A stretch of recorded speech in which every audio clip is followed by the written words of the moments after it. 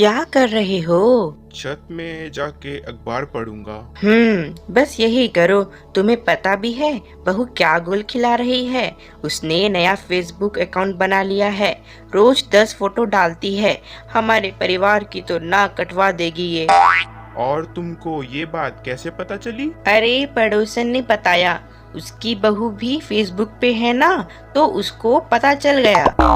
हाँ हाँ, जैसे तुम तो बहुत भोली हो। पड़ोसन रोज सास को उसके बहू के नाम पर भड़काती थी। आज तो आपकी बहू कह रही थी मुझसे आके कि आप दिन भर खाती रहती हो और खा खा के घटोत्कच बन गई हो।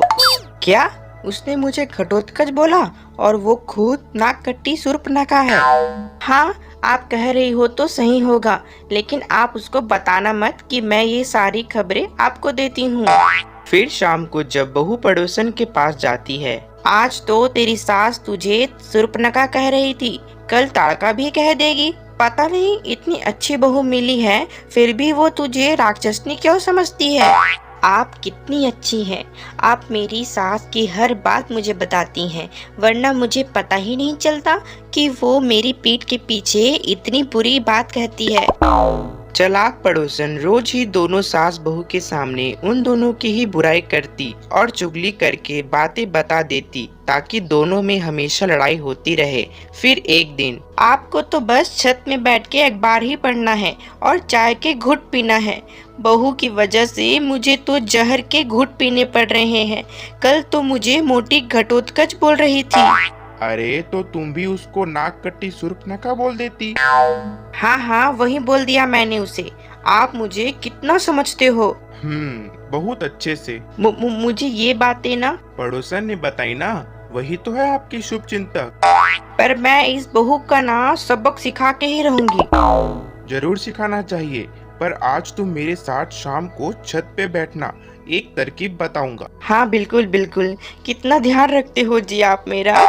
मैं ना सब ध्यान रखता हूँ। फिर उसी शाम को जब सास और ससुर छत पर बैठे होते हैं कि यहाँ खड़ी हो जाओ, यहाँ से ना तुमको पता चल जाएगा कि बहू की अगली चाल क्या है। अच्छा कैसे? सवाल मत पूछो, बस जैसा कह रहा हूँ वैसा करो। थोड़ी ही देर में छत में बहू की आवाज आने लगती है। मेरी सास ना लायक ही नहीं है।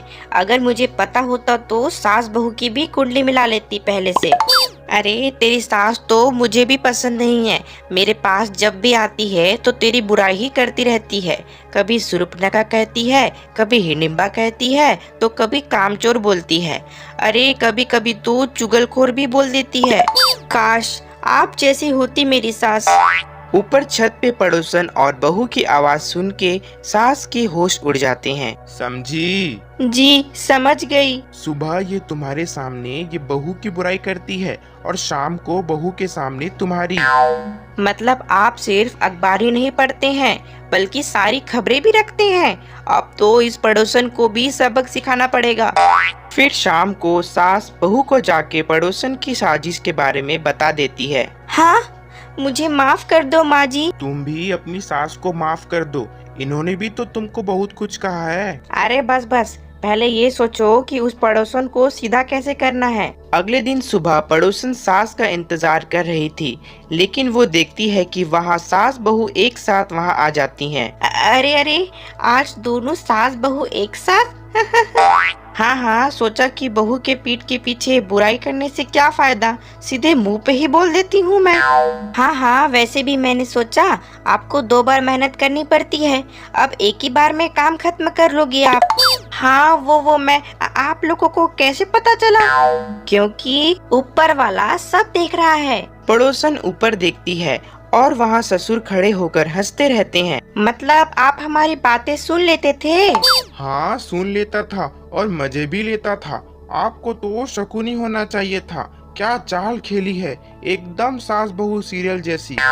अच्छा तो बताओ पड़ोसन जी, मेरी बहू ने आपसे अब मेरे बारे में क्या कहा? यही कि सास बहुत अच्छी है, बहुत ध्यान भी रखती है। अच्छा, और सास ने मेरी क्या बुराई की? नहीं की ना बुराई, हमेशा तारीफ करती है। भगवान सबको ऐसी सास दे।